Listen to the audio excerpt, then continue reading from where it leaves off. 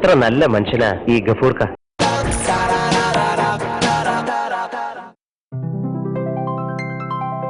ഇതെന്താണ് ഉരുളിയോ?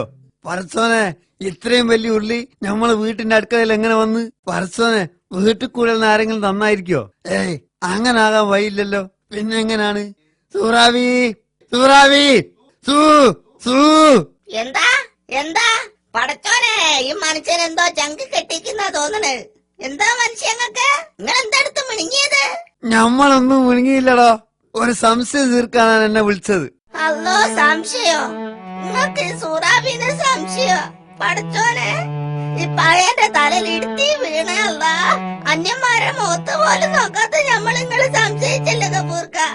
നോക്കിക്കോ, നിങ്ങളോട് പടച്ചോൻ പൊറുക്കൂല. എടീ സൂറാബിച്ച് എന്തൊക്കെയാണ് പറയണത്?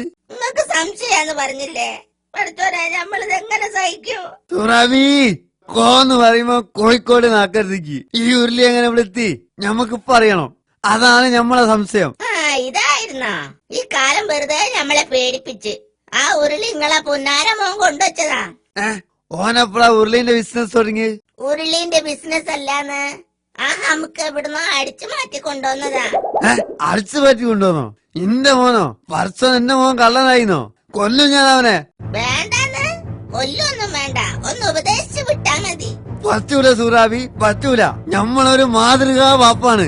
ഓനെ പോലീസിനെ കൊണ്ട് നമ്മൾ പിടിപ്പിക്കും. ഓനെന്നിട്ട് എവിടെ? ഇപ്പൊ തന്നെ കയ്യോടെ പോലീസിൽ ഏൽപ്പിക്കണം. ഇന്നലെ പാതിരാത്രിക്കല്ലേ വന്നത്? ഓ നല്ല ഉറക്ക, എണീറ്റിട്ടില്ല. ആഹാ, കണ്ടോന്റെ മുതല് കട്ടുന്നിട്ട് ഉറങ്ങുന്നോ ഇബ്ലീസ്? എണീക്കടാ. ഹലോ, ആ ഉരുളിയും തലയിൽ വെച്ച് നടക്കടാ പോലീസ് സ്റ്റേഷനിലേക്ക്.